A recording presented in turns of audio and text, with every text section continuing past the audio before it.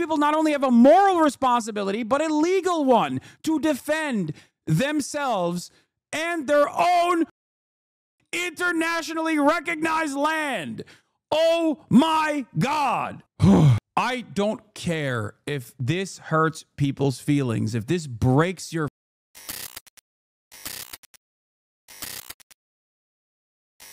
look at demonstrators gathering. This is another insane. Talked about this yesterday. Mosen was honeypotted by the federal government, where they literally said, "Oh, you have a naturalization ceremony. Please come in." And he went in as a green card holder who was in the process of naturalizing to become a U.S. citizen. They used the naturalization ceremony as a way to bring him in to an immigration facility and have 4 cars filled to the brim with ICE agents apprehend him. For what, by the way? The crime of hurting little old Israel's feelings. Understand something. This is one of the most insane stories. Okay? And this happened in Vermont. I expect Bernie Sanders to engage in similar action to Chris Van Hollen as well, and to put direct bodies in the line and to organize and to do protests. Yes, it was a naturalization interview. According to Akilah Lacey of The Intercept, Akilah interviewed Mosen the night before this happened, and he said, in the best case, this is my naturalization test, and I become an American citizen tomorrow. And in the worst case, they do what they did, where they come in and they apprehend me, and they come in, they apprehend me, and they put me in a detention facility. Today, who are speaking out against this move. Let's turn things over to Fox 5, Richard Giacobas, who's live at Foley Square, where people are gathering as of right now. Richard, how's everything looking there right now? Bianca just wrapped up. We'll start with Mosen Madawi, who thought he was taking his first step towards becoming, or another step towards becoming, a U.S. citizen and getting his citizenship. Instead, at his naturalization. Dude, this stuff is literally turning my roommate anti-Semitic. I try to talk home down about a lot of it, but it's so hard with Israel equating themselves with Judaism. I know. I keep warning about this, which is a secondary consequence. It will become a primary consequence eventually. And that's when it's, that's when it's all is lost at that point. But yes, the Trump administration is simply using the institutional power and institutional influence that pro-Israeli lobby organizations have to erode the First Amendment protections from the Constitution. They're using it as a fucking weapon. Okay? A lot of the pro-Israeli groups, both in the United States of America and in Israel, both, do not care about the anti-Semitism that this creates, because this association benefits them, because then Jews are terrified of anti-Semitism in the West. And if they're terrified of anti-Semitism in the West, they will do everything in their power to defend Israel or literally move to Israel. That's the greatest thing that could ever happen. If this turns anyone anti-Semitic, it's on them. Let's not infantilize people. Come on, dude. Come on. Israel is living out the dreams of David Duke, okay? The arguments that David Duke has presented, Israel is basically literally using as a forward-facing, as a forward-facing front, basically, to all of these fucking Americans that have never even entertained this notion. What are you talking about? It's not even an infantilization at this point. It is the expected outcome. Dare I say, the deliberate outcome of Israel's actions, constantly tying itself to Judaism. What is the expectation? That some fucking cornbread dude in Arkansas is going to look at all of this and not think, oh, Jews surely seemingly control the American media and the American politics? Like, what are you talking about? Like, what's the expectation here? That they're going to be like, you know what? I've been a fucking dumbass on a lot of issues, but on this issue, I'm going to be super woke. Interview yesterday, family didn't hear from him for hours, so they contacted his lawyers, only to find out that Madawi was arrested and detained at an immigration center. Eyes off our campus now! Eyes off our campus now! Hands off our students now! Hostile of you explaining why Israel An wants Israeli government conference on anti-Semitism is falling apart. Why is it falling apart, you might ask?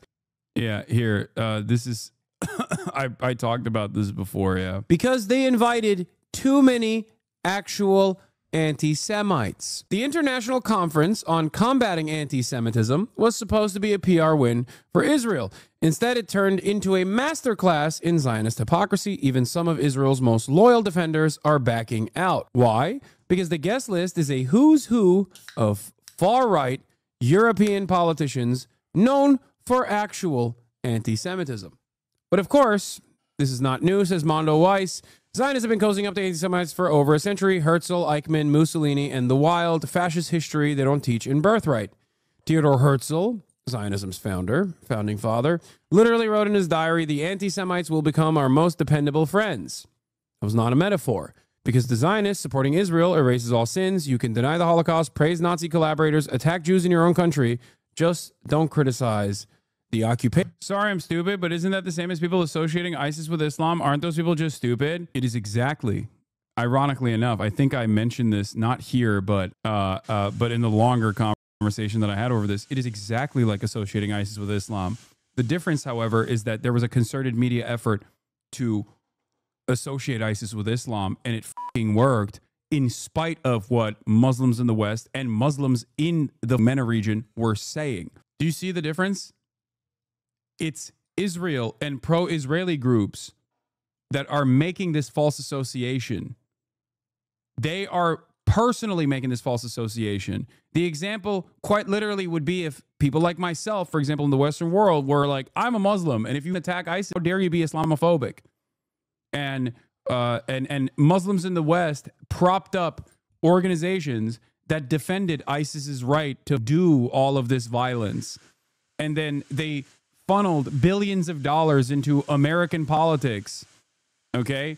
And had Muslim scholars consistently talk about how ISIS is actually awesome and it's the only true way to implement the Islamic Caliphate, which is the God-given right. Like, there is no real comparison here because none of that happened for ISIS, and yet people still made that false association because that false association was beneficial for America's agenda in the region. That was a deliberate way for the American government to make this false association so that they could justify all the death and destruction and destabilization in the region. Do you see what I mean?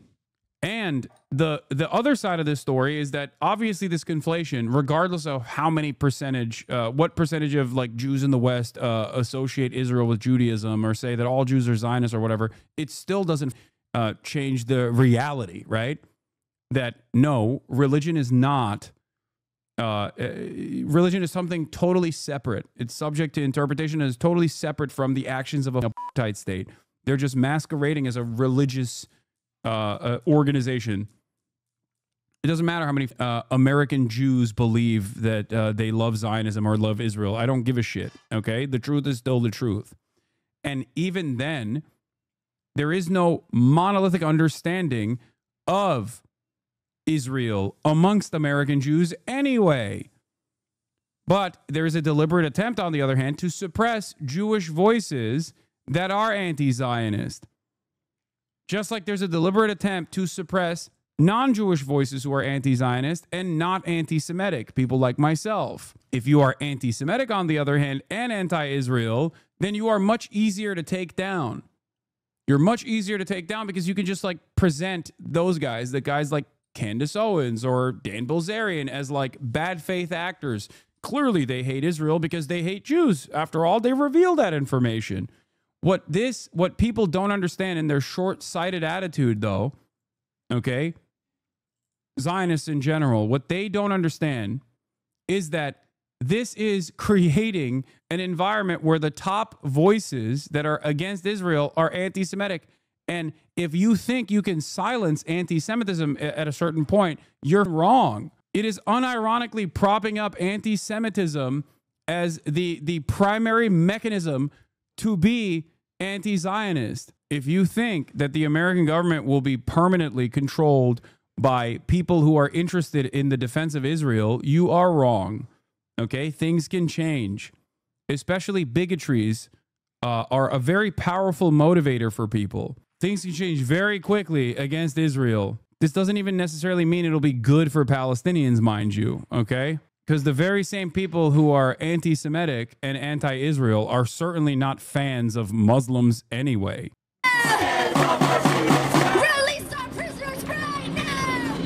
Dozens have gathered here in Foley Square today to what they say is another legal arrest of a student at Columbia. Madawi is a student at Columbia University and a permanent U.S. resident. He was placed in handcuffs by ICE agents yesterday, with his lawyers claiming the Trump administration is looking to remove him from the country. Immigration officials arguing that pro-Palestinian demonstrators like Madawi have been responsible for a rise in anti-Semitism. Madawi has been an outspoken critic of Israel's military campaign in Gaza.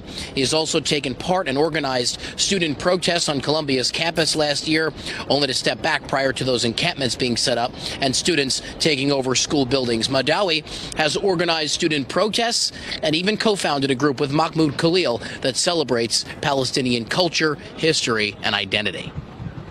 We are out here today demanding the release of Mohsen Madawi. We have been out in the streets for every student activist that has been illegally abducted and detained simply for protesting the genocide in Gaza. A genocide and an occupation is not a crime. Now, according to a petition filed in court by his lawyers, Madawi has held a green card here in the U.S. for the past decade, and he was set to graduate this semester. A lawyer in Vermont, though, says Madawi is to remain in the U.S. until his decision. His lawyers are still trying to find out where exactly he is. We're live right now in Foley Square. Richard Giacobas, Fox. Yeah. Speaking of, there's an update on Kilmar. On Abrego's case. I will get to it in a second. But before I do that, there's a couple things I want to talk about here. Okay, we'll talk about Abrego's wife speaking as well. Where the fuck was it? Or what was I gonna say? Abrego Garcia's my comment about Al Jazeera featured doc that got mod blocked for the name. Oh, the Zionist Lobby, the documentary. We've watched it before.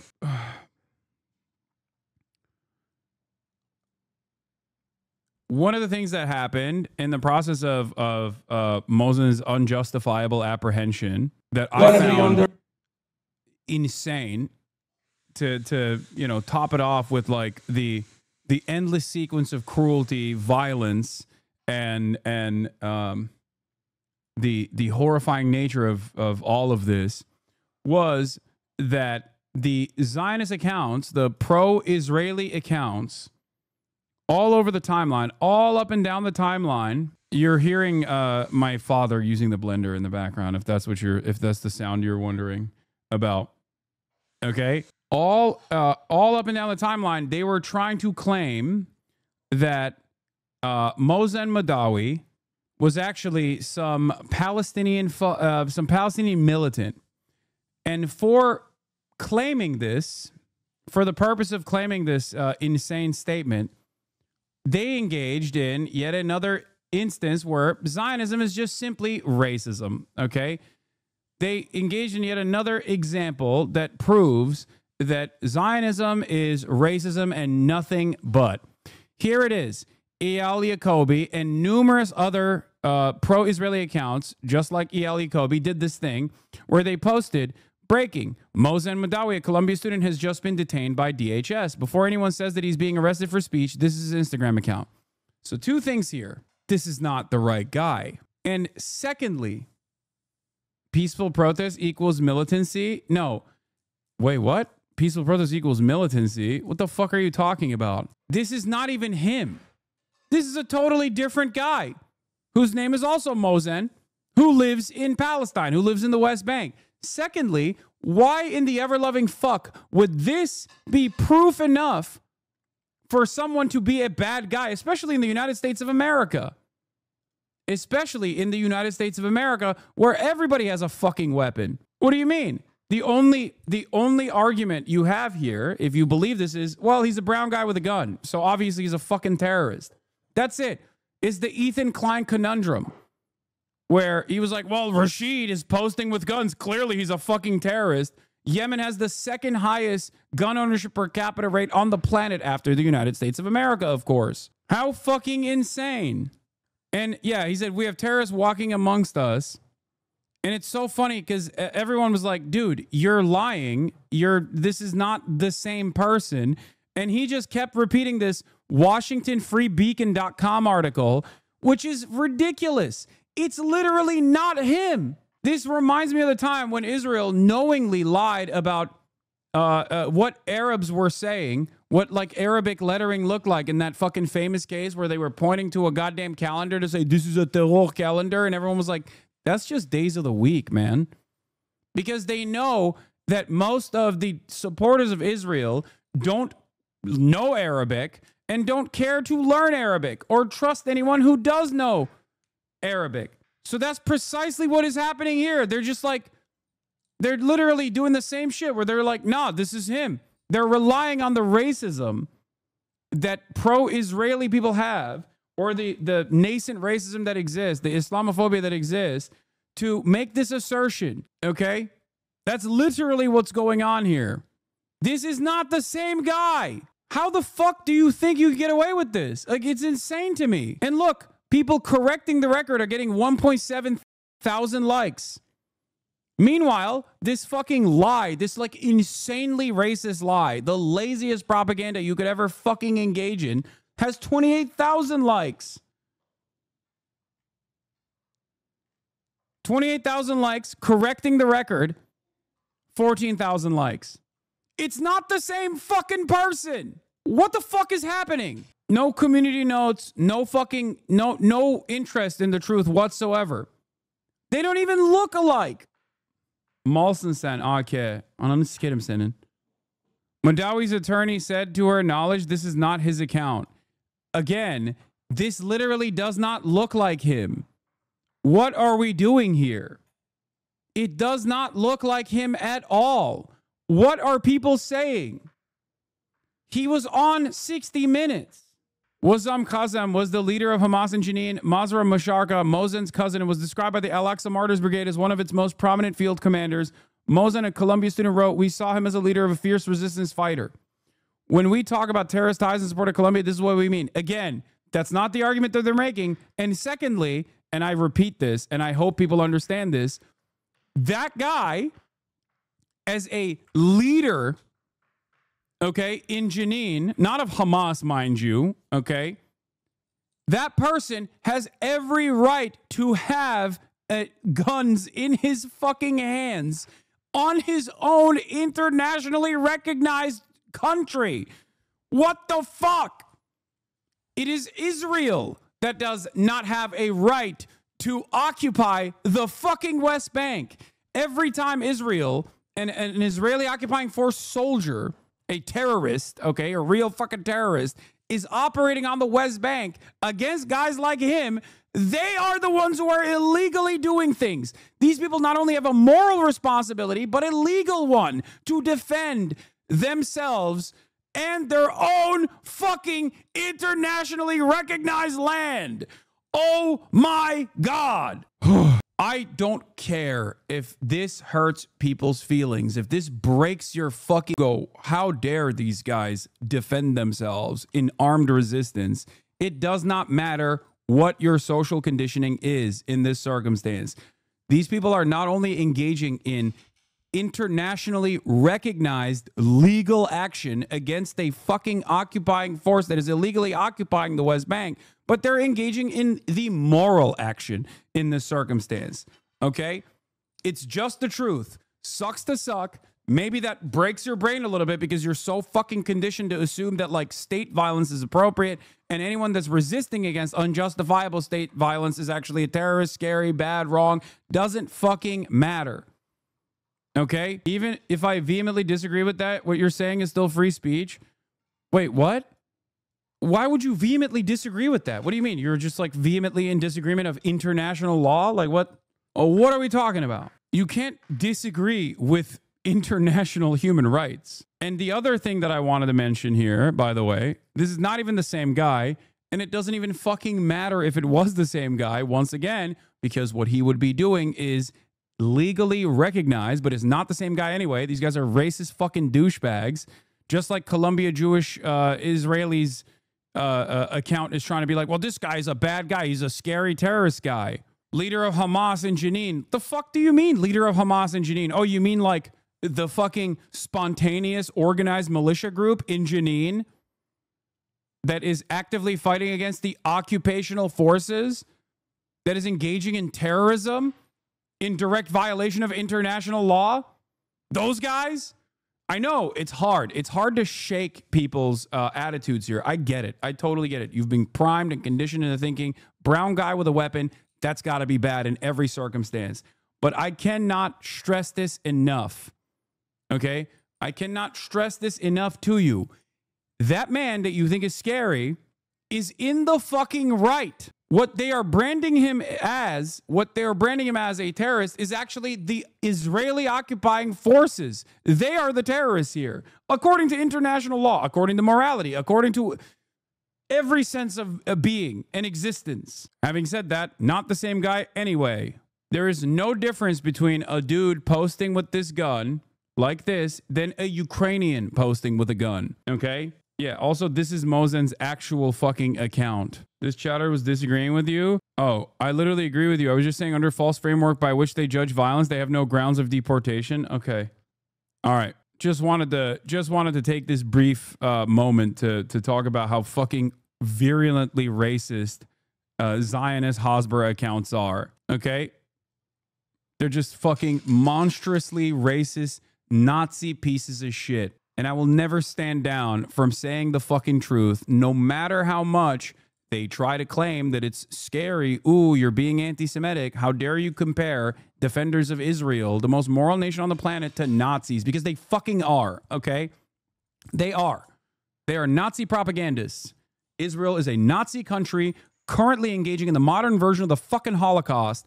And everyone and anyone, regardless of their religious background or worldview or perspective, is behaving exactly like Nazi propagandists did if they are defending this fucking country, okay? No nation has a right to exist. People have a right to exist. And nations that are engaging in apartheid and ethnic cleansing certainly do not have a right to fucking exist. No one will make the argument that apartheid South Africa has a right to exist. No one would make the argument now that Nazi Germany has a right to exist. How dare you disband Nazi Germany? What are you doing? How dare you?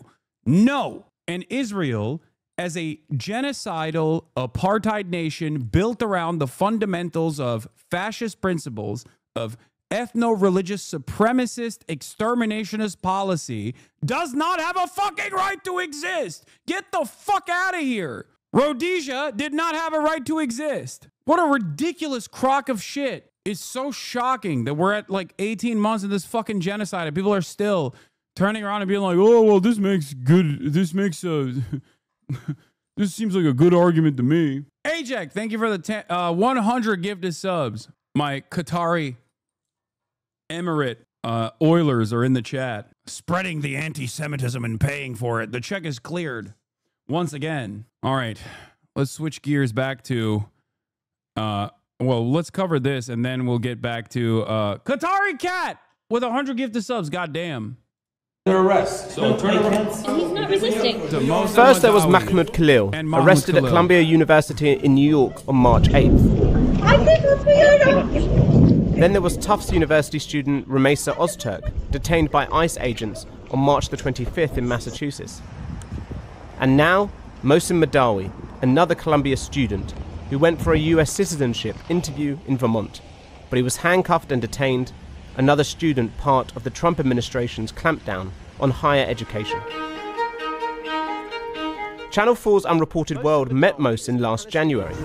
The university has been biased against the pro-Palestine groups. He grew up in a Palestinian refugee camp and had been a green card holder for 10 years. Palestine will be free! He was a key voice in protests at Columbia's campus against the war in Gaza. Of Columbia University, systemic discrimination against the pro-Palestinian voices. Shame on you, Columbia! Shame on you! Shame on you! While Mohsen was not part of the encampment and occupation later that year that saw police make... That would be a good rant to post on TikTok for people to easily be able to reference HasanAbi, hint, hint, editors. Yeah, that is a good rant. You're right. ...arrests. That moment was pivotal. For pro-Palestine groups, it was an assault on free speech and protest. For others, it was a hostile disruption of university life with accusations of anti-Semitism. Every country in the world has to take back people that are illegally in another country. That cause was taken up by the Trump team, who vowed to deport so-called student radicals, with Marco Rubio saying he's revoked hundreds of visas of people he's deemed lunatics. If you come to this country as a student, we expect you to go to class and study and get a degree. If you come here to vandalize a library, take over a campus and do all kinds of crazy things, we're going to get rid of these people. The Trump administration has facilitated the arrest of students like Mahmoud Khalil on the basis that his presence, as the leader of pro-Palestine protests, is a threat to the foreign policy of the United States. Houses in Gaza have been destroyed. Mohsen's lawyers argue that's what he's also being held for, a clear violation of his First Amendment free speech rights, along with no evidence that he's behind any anti-Semitism incidents on campus. He was beloved by so many people. He worked night and day to try and build bridges between communities that were incredibly at odds, and made progress in doing so and brought people together who otherwise never would have sat in the same room. So there's tremendous grief right now and anger. The White House recently called for changes from Colombia, threatening to withhold $400 million in funds unless they adopted a formal definition of anti-Semitism and hired an internal security force. But while Colombia agreed, Harvard has resisted demands from the White House. The Trump administration sent a letter to Harvard calling on the university to allow more government oversight and enforce changes to not just tackle anti-Semitism on campus, but also end all diversity, equity and inclusion policies, and regarding international students, prevent admitting those hostile to American values. In a response from Harvard's lawyers, the university said it had already taken steps to address anti-Semitism on campus and said it will not surrender its independence or relinquish its constitutional rights. Neither Harvard nor any other private university can allow itself to be taken over by the federal government. This is an important and unprecedented moment. I've never seen anything like this in my experience fighting for free speech and academic freedom on campus. The Trump administration has now said it will freeze $2 billion in funding to Harvard, with free speech campaigners saying this is a major showdown. There may be serious allegations of anti-Semitism, but the way to adjudicate serious allegations of anti-Semitism is through the legal process, not through unilateral demands and directives from the federal government. And unfortunately, the Trump administration is just not following the law. Yeah, it's also fucking bullshit, dude. It's complete and utter bullshit. Half of these universities have tenured professors that are literally open out and about neo-Nazis, okay? And they have, in the past, straightforwardly allowed out and about neo-Nazis who even participated in fucking Charlottesville as an organizer to actually continue their studies at Columbia University. One of the fucking organizers of Unite the Right, the Charlottesville hate rally on Trump term 1, straight up went back to Columbia, and Columbia allowed him to graduate and continue their studies remotely. He might get fucking harassed on campus. Isn't that crazy? That fucking university is like, oh, Israel, you want me to divest from Israel? That's a bridge too far for me. They don't give a fuck about anti-Semitism. They don't give a fuck about Nazis. It is ridiculous. The only thing they care about is anti-Israel statements, okay? Anti-Semitism is simply what has institutional influence. They're using that as the weapon here. And the real goal isn't to weed out anti-Semites anyway. It's not even just to weed out people who are anti-Israel. That's a part of it. They want to create a chilling effect on free speech against any sort of criticisms against Israel. But beyond that, they also want to fucking erode the First Amendment so that they can erroneously claim what you're doing is prosecutable. Speech is prosecutable. And the government can take action against it. I talked about this a lot. Yes, Project Esther. Tarek Kenny writes for Al-Shabaka, talking about Project Esther, the Israel lobby's most desperate and authoritarian effort yet to crush Palestinian solidarity and make criticism of Israel illegal in America by teaming up with the most far-right elements of the Trump admin. Trump's return to office has supercharged a crackdown on Palestinian advocacy in the U.S. Project Esther, the Heritage Foundation's latest initiative, seeks to criminalize, defund, and dismantle the Palestine Solidarity Movement. Framed as a fight against anti-Semitism, Project Esther is in reality a coordinated assault on dissent. It calls for federal, state, and private actors to suppress pro-Palestinian voices through censorship, surveillance, and lawfare. While unprecedented in scope, this isn't new. For decades, U.S. law... Hold on. Put this here. For decades, U.S. law embedded anti-Palestinian bias, conflating advocacy for Palestinian rights with terrorism, and conflating valid criticism of Israeli occupation, apartheid, and genocide with anti-Semitism. Project Esther, an outgrowth of the now infamous Project 2025, is just the most brazen expression of that legacy, now fused with Trump's broader authoritarian turn. And it's a strategy of desperation by people who have lost the wider public debate on Israel-Palestine. The plan's core strategy, label all Palestine solidarity groups as Hamas support network. That opens the door to using anti-terror laws, RICO charges, and immigration policy to target students, nonprofits, and human rights advocates. Project Esther isn't just an attack on Palestinians, it's a test of U.S. democracy itself. It aims to chill free speech, erode civil rights, and outlaw a movement that's gaining public support across generations and political leanings. It is also a blueprint for a much broader assault. And you want to know something so crazy? Here is Biden's anti-Semitism envoy on deporting students. I'm coming down right smack dab in the middle. I don't oppose many of the things that are being done. I just wish they would be done more deftly before people fucking tell me that Biden's administration was different.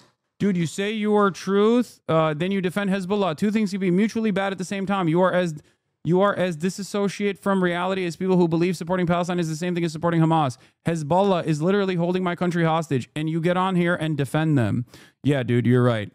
The only fucking militant force against Israel's unjustifiable bombing campaign of your country is the bad guys in this equation. Thank you. Thank you for telling me. Yeah, no. People that go, dude, I can't believe you defend Hezbollah. I can't believe you defend Hamas. Like, what are people supposed to do?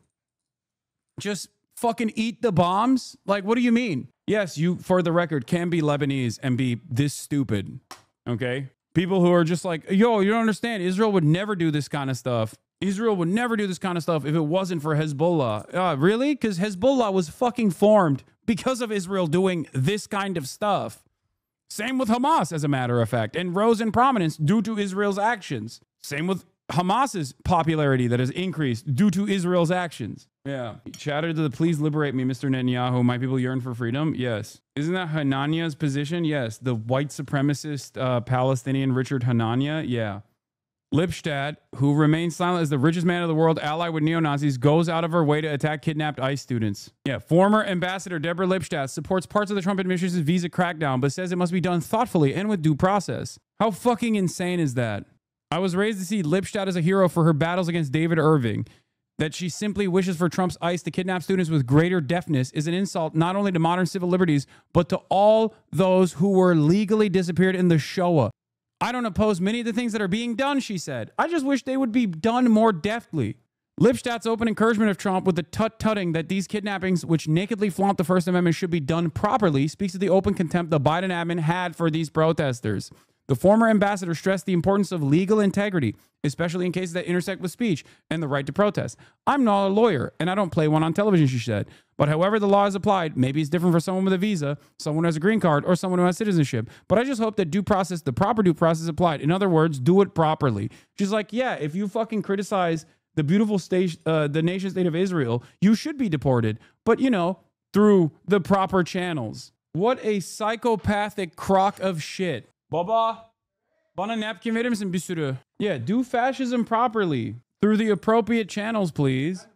Napkin verir misin bir sürü? Lipstadt's encouragement for fascism to act deftly calls into question the nature of the Holocaust education. This is why you defended the 6 million in court, to wish for someone to come along and make the trains run on time. Yeah, if only Hitler followed through the procedural nature of the procedural nature and abided by some of the rules of engagement here, then it would be totally fine. Well, except he did do that. The Nazis did do that. They changed the laws. What happens if the Holocaust is illegal? It was. That's my point.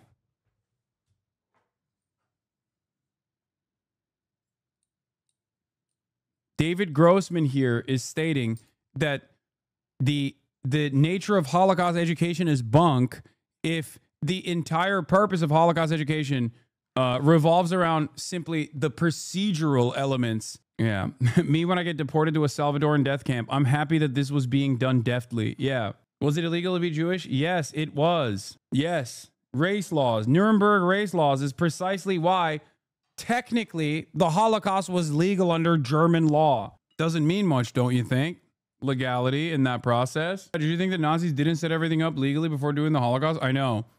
Chatters are literally reliving exactly the steps that the Nazi administrators took, down to the liberal concessions being made from institutions and organizations of the rise of Nazi power.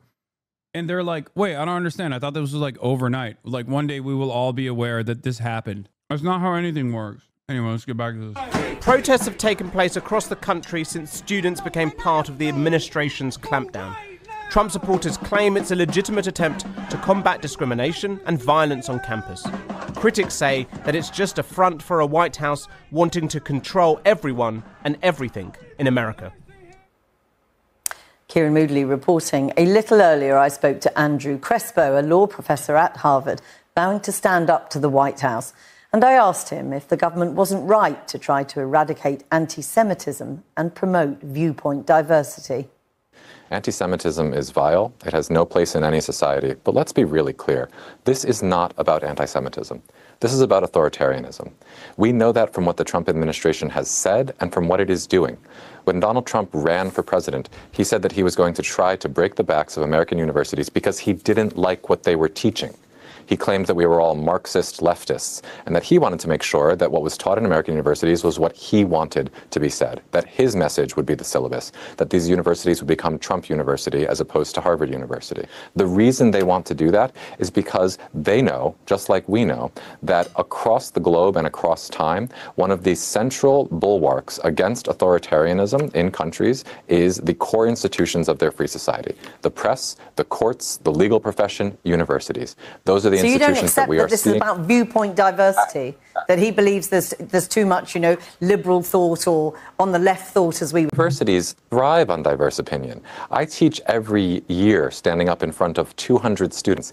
The amount of diversity in that classroom and viewpoints is something that is what makes it so exciting to teach these students. What is inconsistent and incompatible with what Trump is saying and what he's talking about is he wants to dictate what he thinks counts as viewpoint diversity, and he wants to be the final judge of what is spoken. Let's be really clear. He doesn't want viewpoint diversity. He wants universities saying what he wants to be said. He wants to control the ideological agenda of the country, and he wants to do it by trying to bend universities to become echoes of what he wants to be said. You know, we've talked about this being a costly strategy. It is also a risky strategy, perhaps. We've seen the president take on the media, law firms, other universities. We saw Columbia essentially give in to the demands when its funding was threatened. Are you worried about standing alone here?